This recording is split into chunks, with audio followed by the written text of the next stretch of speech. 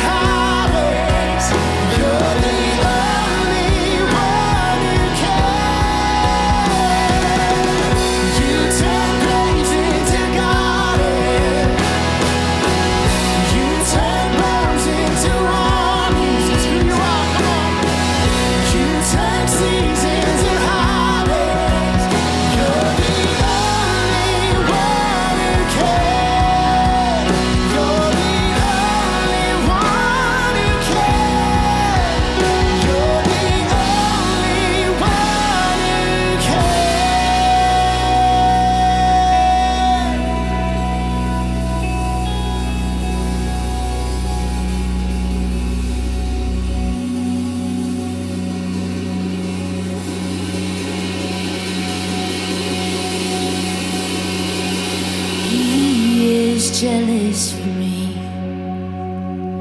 He loves like a hurricane. I am a tree bending beneath the weight of his wind and mercy. When all of a sudden I am unaware of these afflictions eclipsed by glory, and I realize just how beautiful you are and how great your affections are for me. And oh, how he loves us all. Oh, how he loves us. How he loves us all. 'Cause we are his portion and he is our price, drawn to redemption by the grace in his eyes. If his grace is an ocean, we're all sinking. Earth like a sloppy wet kiss, and my heart turns violently inside my chest. I don't have time to maintain these regrets when I think about the way that he loves us. Oh, how he loves us. Oh,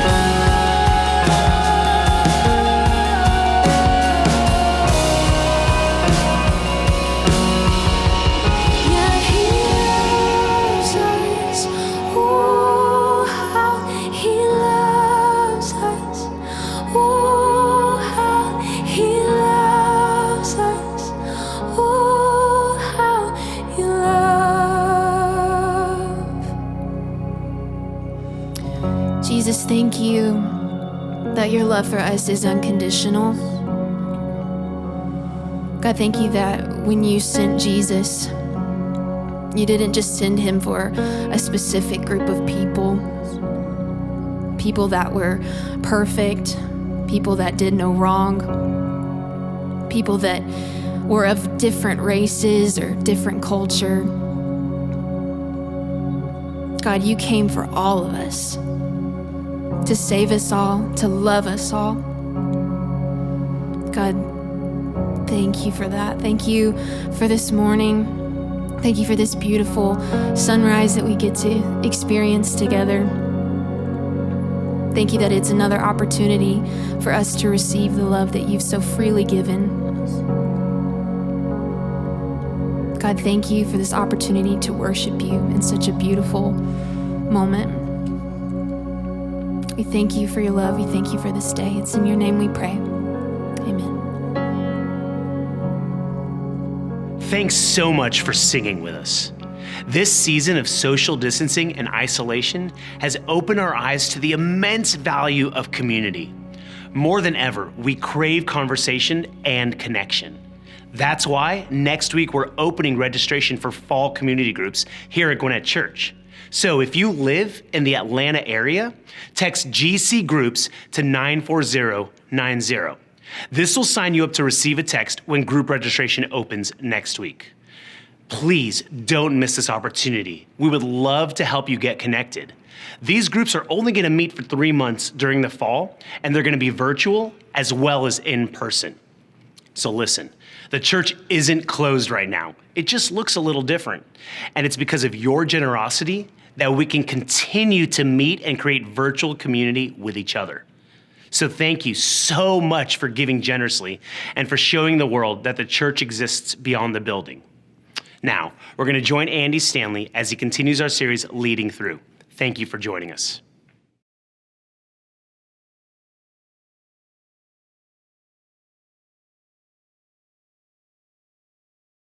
Hi, everybody. Thank you so much for tuning in. If you are a part of one of our Atlanta area churches, there is so much going on, and we just don't want you to fall behind. So if you are not receiving email updates from me or from your local church, please, sometime today, go to your local church website, scroll down to where it says Stay Informed, and make sure we have your current email address. We're providing content and opportunities to keep us connected throughout the week. So please take a minute and sign up for our weekly email updates. And now, let's jump into today's message.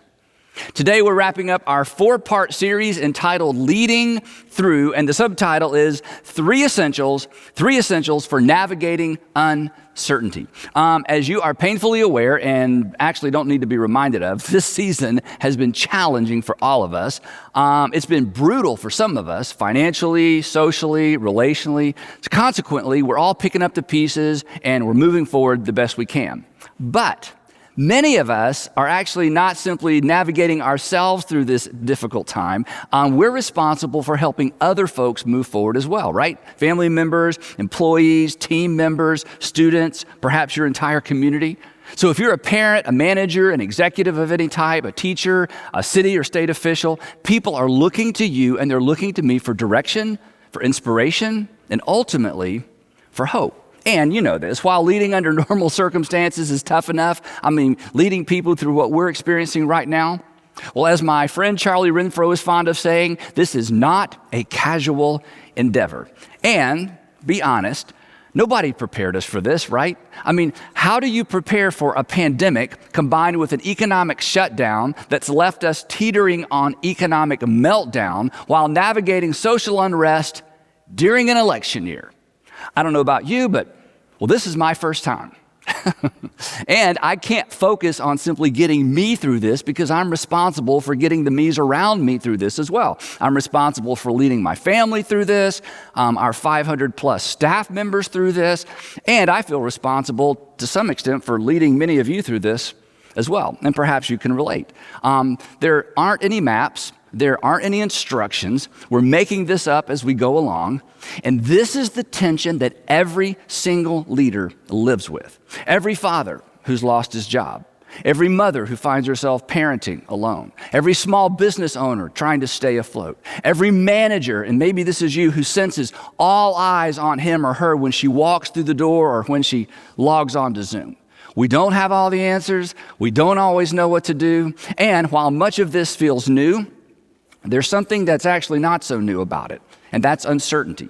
Because uncertainty is a permanent part of life, and to the point of our series, uncertainty is why the world needs leaders. And it's why the world needs leadership. It's why your family, it's why your company, it's why your city, it's why your state needs you. So we're discussing 3 essentials for leading through disruption and uncertainty.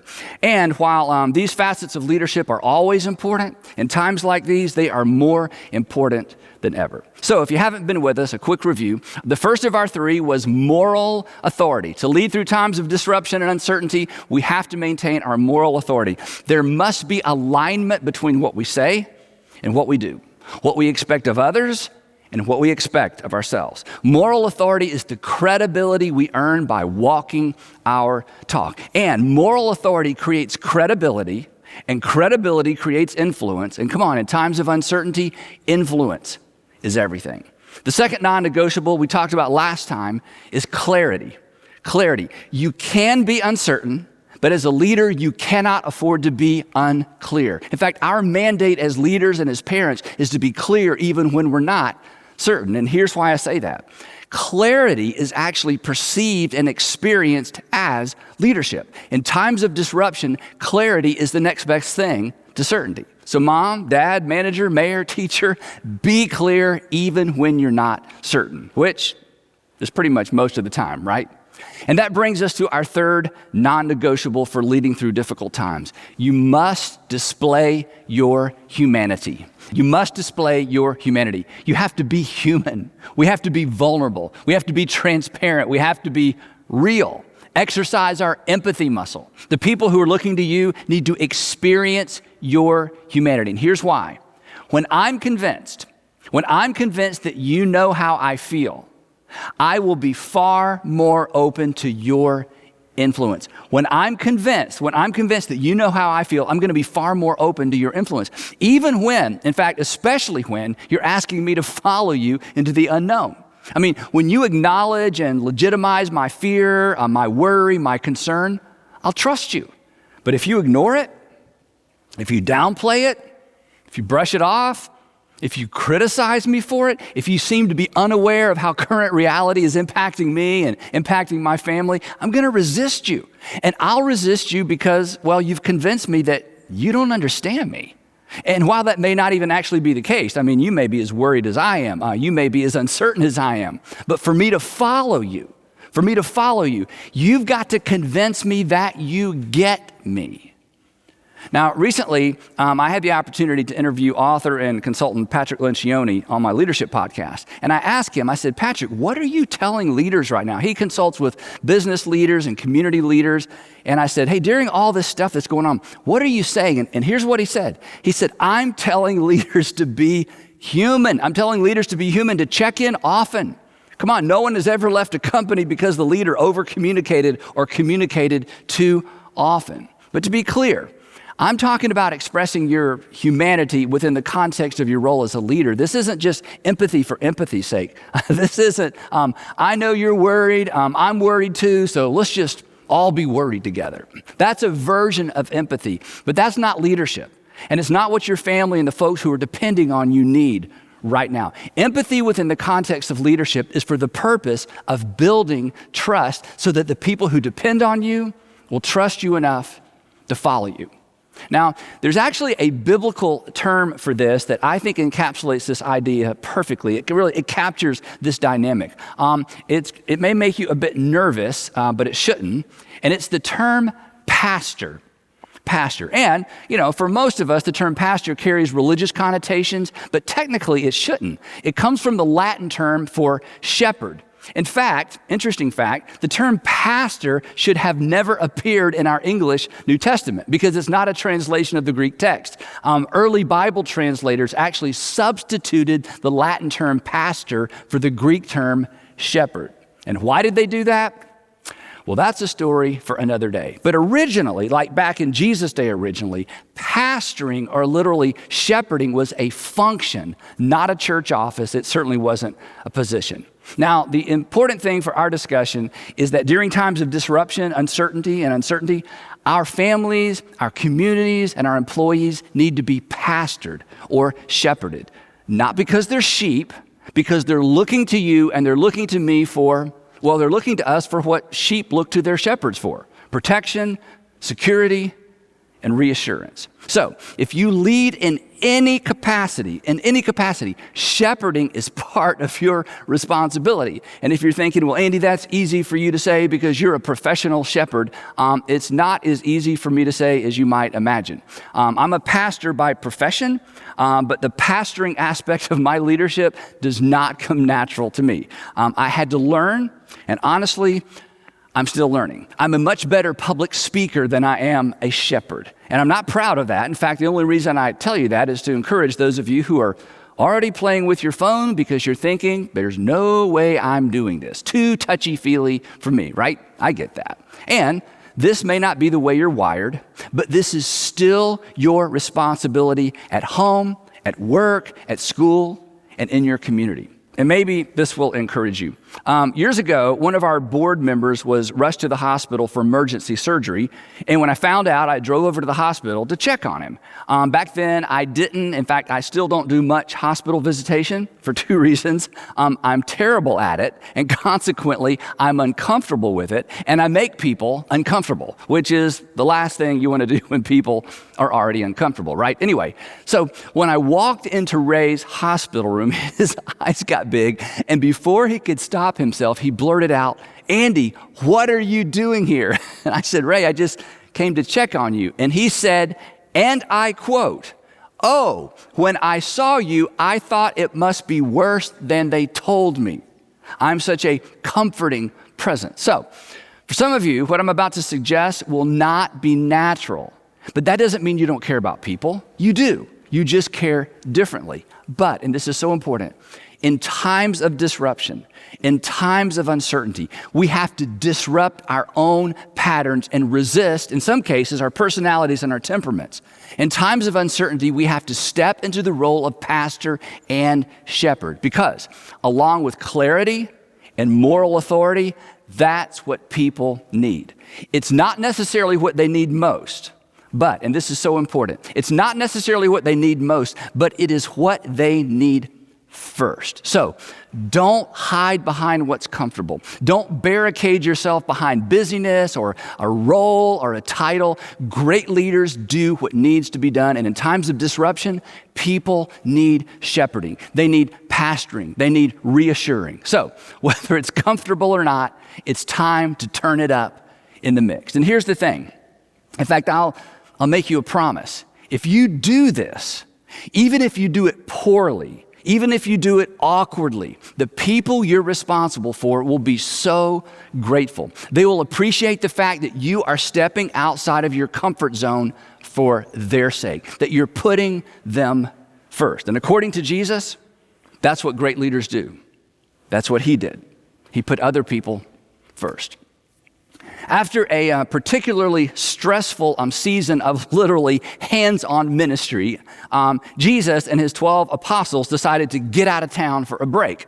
In fact, Peter, by way of Mark, tells us what took place. Here's what Peter told Mark. He said, "So they," talking about the 12 apostles and Jesus, "so they went away by themselves in a boat to a solitary place." So they decided we just need to get away from the crowd and take a break because they've been so busy. The story continues, "But many who saw them leaving on the boat recognized them," there's Jesus, "and they ran on foot around the edge of the lake from all the towns, and they got to where Jesus was going ahead of Jesus."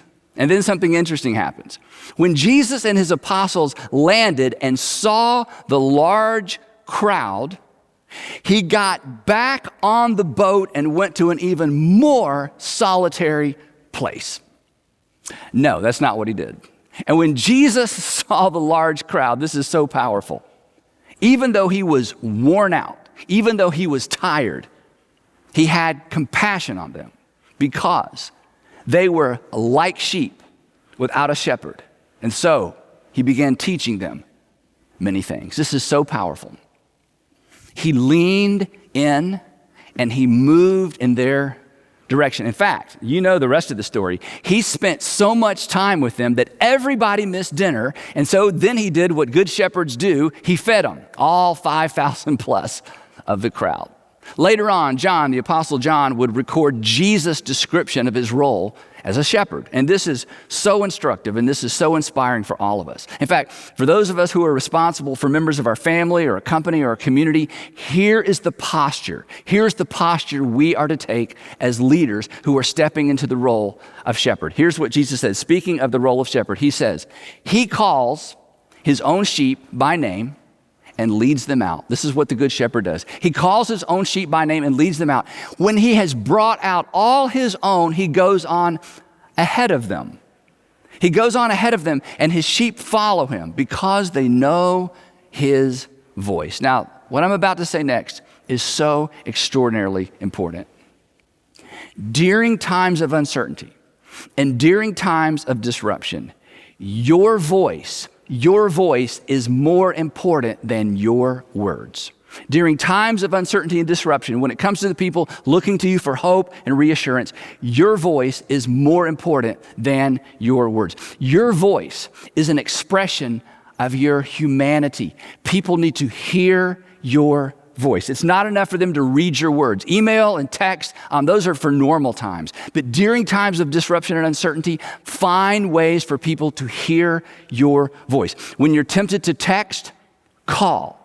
They probably won't answer anyway, right? Nobody answers anymore. But leave a voicemail. Let people hear your voice because your voice conveys your humanity, your empathy, your genuine interest. And call somebody even if you can't call everybody. This is symbolic leadership. It goes back to what you've heard me say before. Always look for an opportunity to do for one what you wish you could do for everyone. Your team or your staff may be too large for you to call everyone, but call someone and check in, especially those who are having a particularly difficult time in this season. And please ignore that little voice in your head. Ignore that little voice in your head that says, well, since I can't do it for everyone, I shouldn't do it for anyone. That's nonsense. Don't try to be fair. Be engaged, especially now. And again, this doesn't come naturally for me, not because I don't care, but because I forget how important this is. When I first heard that my friend Stuart Hall had been rushed to the hospital with complications from COVID, I came home that afternoon and I told Sandra, and I was telling her all about the things that were going on. And Sandra asked me, she said, well, have you called Kelly, his wife Kelly? Have you called Kelly? I said, no, I'll text her later. And she smiled. She reached over literally, took my phone, slid it across the counter, and she looked at me and she said, I think we should call her now. And she was right. And so I called. And I didn't know what to say. I mean, at times there's nothing to say. It's why we don't call, isn't it? But that's a mistake.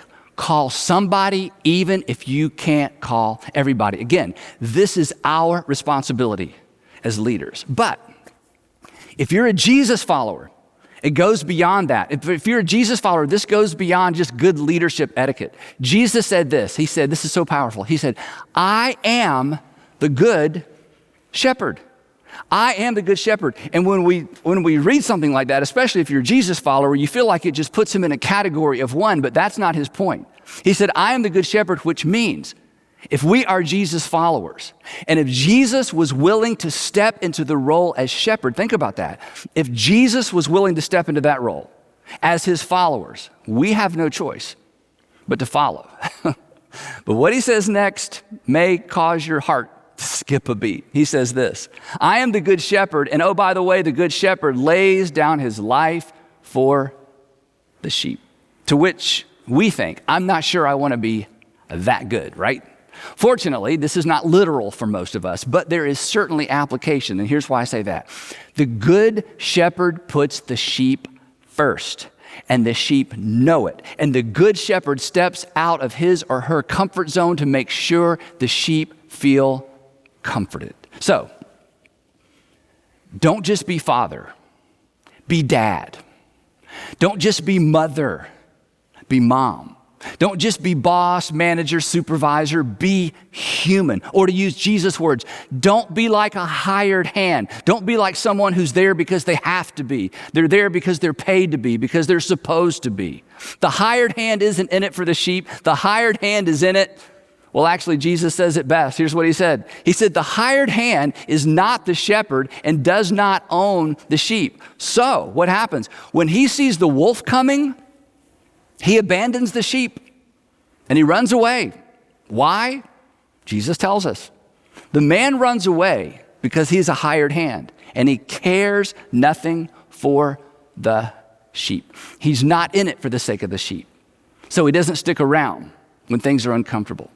During times of uncertainty and disruption, when the wolves are howling, your presence, your willingness to stick around, your willingness to keep showing up is more important than ever. Your presence is more important than your presentation. Your presence is more important than your preparation. Where I struggle with this as a leader and sometimes even as a father is I feel like there's no reason to show up until I have something new to say, right? Until I have something helpful to say, insightful to say, until I have something specific to offer, until I have answers and solutions. That's a mistake. In times of uncertainty, our presence is everything. And this is difficult for some of us because we're solution people, right? We're progress oriented. So why pull people together if we don't have solutions and answers? Because in times of disruption, there is something more important, namely our presence. Now, this next little illustration may be a bit close to home, so I just want to warn you ahead of time. But have you ever sat in a waiting room waiting for information from a doctor or a surgeon? Let me ask you this. If you've ever been in that situation, can they show up or check in too often? Can they show up or check in too frequently? I mean, can they be too present? No, because when the doctor or the surgeon walks in, what do? We lean in. Why? Because we crave reassurance. We crave their presence. We don't want a text and we don't want a phone call. We want a person. And in a hospital waiting room, come on, we could care less about the quality of the doctor's presentation, right? We don't roll our eyes if his grammar isn't perfect or she mispronounces a name. So as a father, as a husband, as a leader, as a boss, here's the question. Here's the question that I'm responsible for asking myself every single day. And if you have people looking to you for direction, reassurance, and hope, it's a question you should ask yourself every day as well. And here it is. Do people know? Do people know?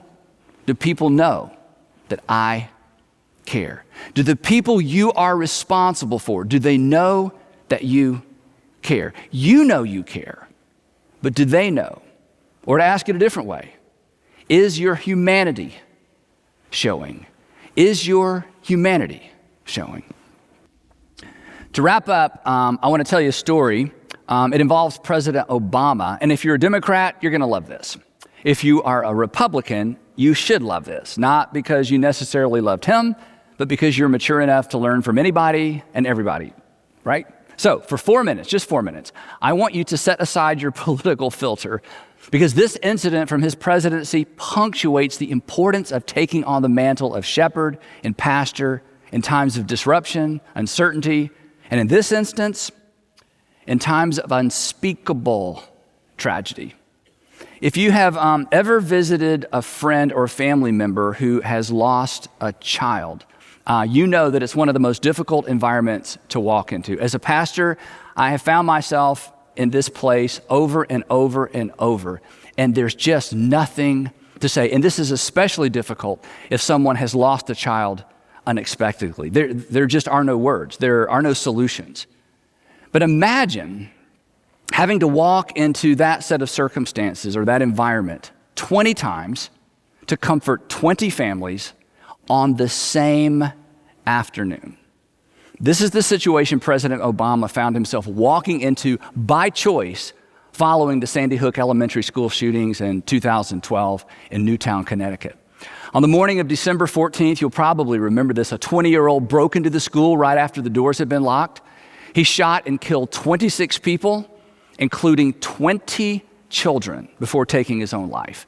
The oldest child was 7 years old. Michelle Obama, in her memoirs, said this. She said it was the darkest day in the White House. She wrote, when I walked into the Oval Office, Barack and I embraced silently. There was nothing to say. No words.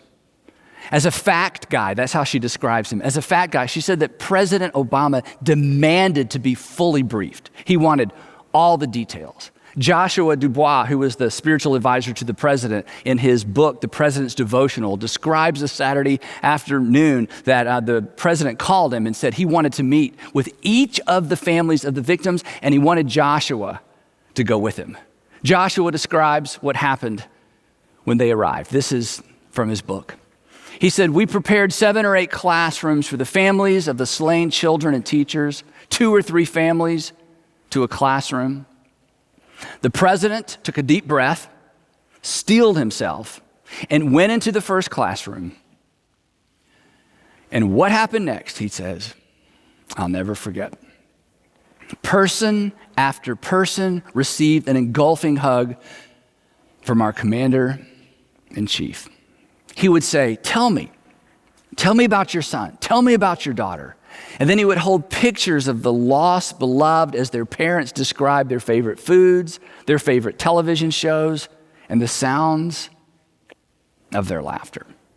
For the younger siblings of those who had passed away, many of them 2 or 3, 4 years old, way too young to understand, he said that the president would grab them, toss them into the air laughing, and then hand them a box of White House M&Ms.